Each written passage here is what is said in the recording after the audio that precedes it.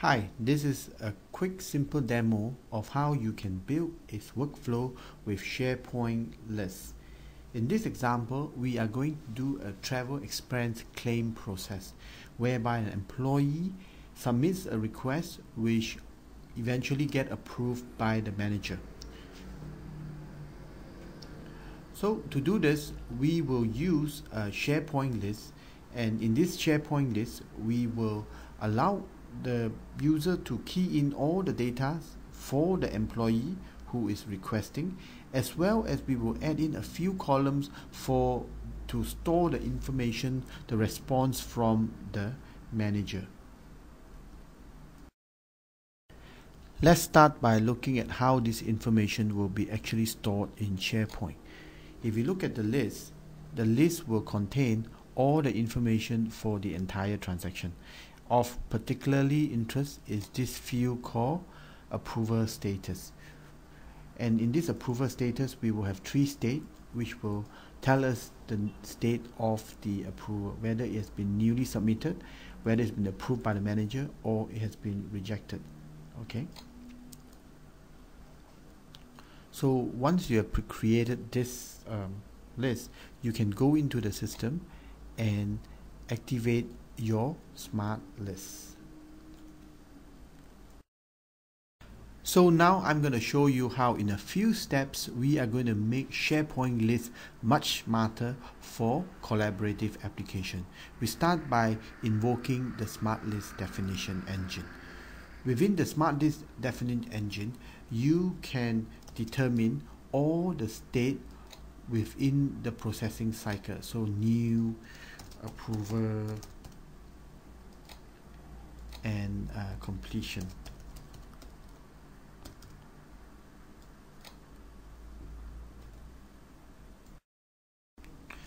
Once we have completed the stages, the next phase we are going to define the users who are going to be able to enter transactions. So in this case, we are going to define the employee and we're going to define the submission form. So it's called a new submission form.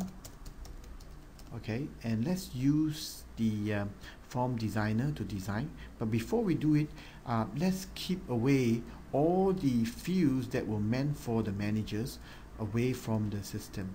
Okay, so once we go into the form designer, we can say we're going to take a very simple single column form, and within here we will be able to remove all those fields which was meant for the managers.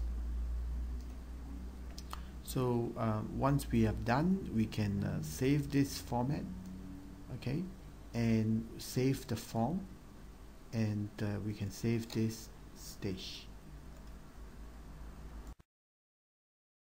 In the next stage, we are going to define the routing in the system. So obviously, after I submit a new transaction, I will want to go to the approval stage, which is stage 2, and I'm going to save this current. When I am in my approval stage, I will have a different branching option. For example, if I revert the transaction, the status when it is back to new,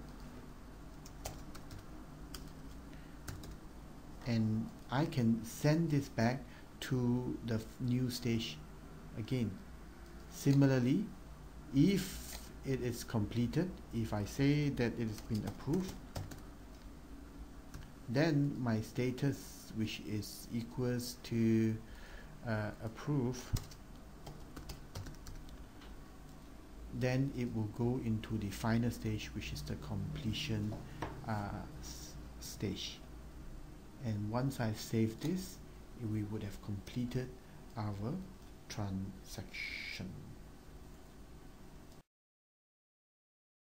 So let's do a quick recap. At new stage, which is going to be entered by all employees, they can submit a new transaction. Once they submit a new transaction, it goes to stage 2, which is the approval stage. At the approval stage, there are 2 sets of people. The managers can come in and edit and update their response. Similarly, the employees who have submitted can come and view the response from the managers. And if it is if the managers did not approve it, he can set the stage back to new, which will set it back to stage 1. Or if they have approved it, it will set to the final stage, which is stage 3. At stage 3, all you can do is actually just view the transaction, and that summarizes the workflow and processes within this particular list. Okay, so let's start and run this workflow. So I'm logged in as employee. I will create new, and once I create new, I will come in and say this is a travel to Singapore, and it has cost me $1,250, and this is for flight and hotel. So I will save this, and it will be updated into my system. Next, I will log in as a manager,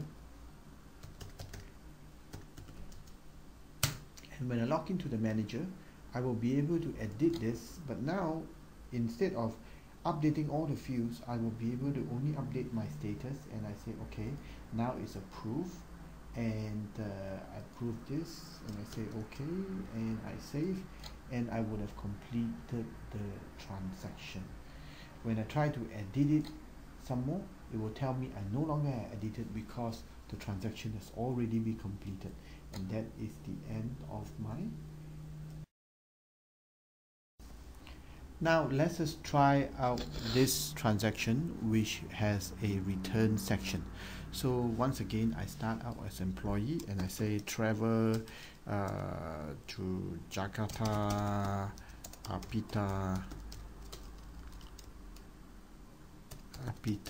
award ceremony, and it's going to cost us 5,008, and this is only for flight and hotel. Okay, so once I've submitted this will go into my system, and voila, it's done. Okay, now when I log in as a manager, I can come in and realize I will edit this and say, you know what, I don't think I can approve it, and it's because it's too expensive. Fly cheaper flight instead. So I save this, and it goes into the system. Okay, so once I fly into this system right now, if I were to log in as the employee, I will be able to come in and I edit this. When I edit this, I will say, okay, this is too expensive, maybe let's just 3,008, and then we will say with Asia. So once again, when I save this, it will go into the system and update it to the system. Now, as the manager, if I log in, I will once again be able to say, okay, finally this looks okay, and I will approve this and save this, and the transaction is completed.